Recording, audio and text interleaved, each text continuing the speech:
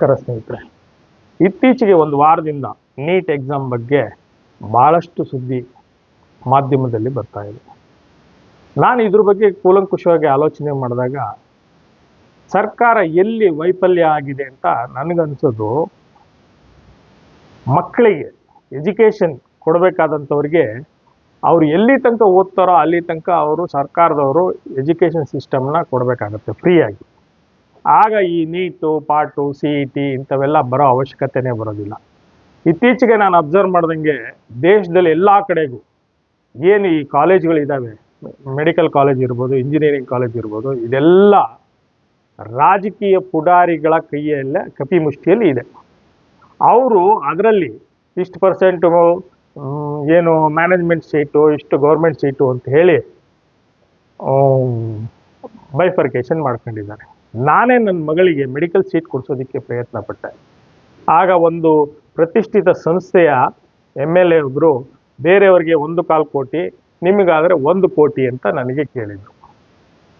ಈ ರೀತಿ ಕೋಟಿಗಟ್ಟಲೆ ಒಂದು ಎಜುಕೇಷನ್ ಸಿಸ್ಟಮ್ ಸೇಲ್ ಆಗ್ತಾ ಇರ್ಬೇಕಾದ್ರೆ ಯಾತಕ್ಕೋಸ್ಕರ ಗಲಾಟೆ ಆಗೋದಿಲ್ಲ ಹೇಳಿ ನೀವೇ? ಮಕ್ಕಳಿಗೆ ಕೊಡಬೇಕಾಗಿರೋದು ಸರ್ಕಾರದವರು ಎಜುಕೇಷನ್ನು ಜೊತೆಗೆ ಹೆಲ್ತು. ಅಂಥದ್ರಲ್ಲಿ ಉದಾಹರಣೆಗೆ ಇವರೆಲ್ಲ ಫಾರಿನ್ ಟೂರ್ ಮಾಡ್ತಾರೆ. ಅದರಲ್ಲೂ ಎಸ್ಪೆಷಲಿ ಮೋದಿ ಸಾಹೇಬರು 3 ತಿಂಗಳಿಗೆ 2 ತಿಂಗಳಿಗೆ ಒಂದ್ಸಲಿ ಫಾರಿನ್ಗೆ ಹೋಗ್ತಾ ಇರ್ತಾರೆ. ಫಾರಿನ್ನಲ್ಲಿ ಎಜುಕೇಷನ್ ಸಿಸ್ಟಮ್ ಹೇಗಿದೆ, ಆಮೇಲೆ ಹೆಲ್ತ್ ಸಿಸ್ಟಮ್ ಹೇಗಿದೆ ಅನ್ನೋದು ಅವರು ಮೊದಲು ಅಬ್ಸರ್ವ್ ಮಾಡಬೇಕು ಅಂತ ಹೇಳಿ ನಾನು ಕೇಳ್ಕೊಂತೀನಿ. ಈ ಇಂದಿರಾ ಗಾಂಧಿ ಅವರು ಏನಾದರೂ ಇದ್ದಿದ್ರೆ ನನಗನ್ನಿಸ್ತದೆ ಇವತ್ತು ಈ ನ್ಯಾಷನಲೈಸ್ ಮಾಡ್ತಾ ಇದ್ರು, ಏನು ಎಜುಕೇಷನ್ ಸಿಸ್ಟಮು ಹಾಗೆ ಹೆಲ್ತ್ ಸಿಸ್ಟಮ್ನ. ಅಂಥ ಗಂಡೆದೆ ಇಂದಿರಾ ಗಾಂಧಿ ಅಂತವರು ರಾಜಕೀಯದಲ್ಲಿ ಬೇಕಾಗಿದೆ.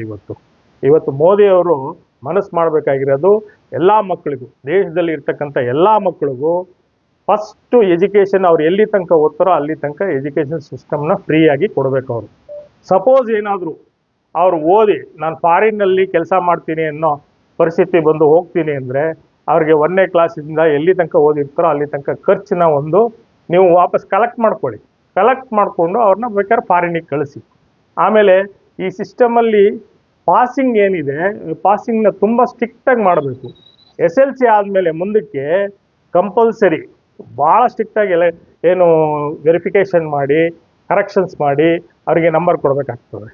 ಆ 50% 40% ಇಳಿಸಿದ್ರೆ ಪಾಸಿಂಗು, ಆವಾಗ ಏನು ನಮಗೆ ಪ್ರಾಡಕ್ಟ್ ಬೇಕಾಗುತ್ತೆ, MBBS ಇರ್ಬೋದು, ಇಂಜಿನಿಯರಿಂಗ್ ಇರ್ಬೋದು, ಅಂಥವರು ಕರೆಕ್ಟಾಗಿ ಪರ್ಸೆಂಟೇಜ್ ಪ್ರಕಾರ ನಮಗೆ ಸಿಗ್ತಾ ಹೋಗ್ತಾರೆ.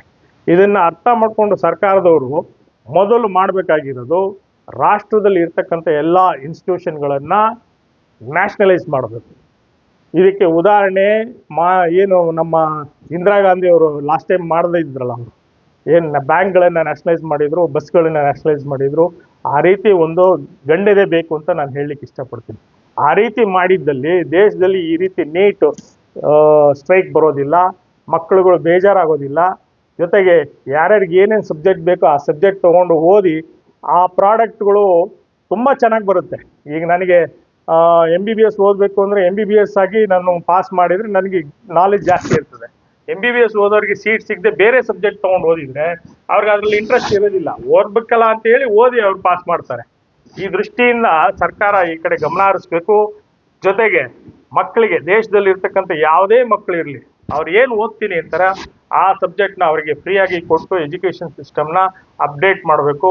ಈ ಎಜುಕೇಷನ್ ಸಿಸ್ಟಮ್ನ ರಿಫಾರ್ಮ್ಸ್ ಮಾಡಬೇಕು. ಜೊತೆಗೆ ಹೆಲ್ತ್ನ ಏನು ಇವಾಗ ಟ್ರೀಟ್ಮೆಂಟ್ ಇದೆ ಅದನ್ನು ರಿಫಾರ್ಮ್ಸ್ ಮಾಡಿ ಹೊರದೇಶಗಳಲ್ಲಿ, ಪ್ರಪಂಚದಲ್ಲಿ ಬೇರೆ ಬೇರೆ ಕಡೆ ಹೇಗಿದೆ ಸಿಸ್ಟಮ್ಗಳನ್ನು ಫಸ್ಟ್ ಅರ್ಥ ಮಾಡಿಕೊಂಡು ಅದ್ರ ಪ್ರಕಾರ ನಡ್ಕೊಂಡ್ರೆ ನಮ್ಮ ಭಾರತ ದೇಶದಲ್ಲಿ ಈ ಥರ ಸ್ಟ್ರೈಕ್ಗಳೇ ಆಗಲ್ಲ.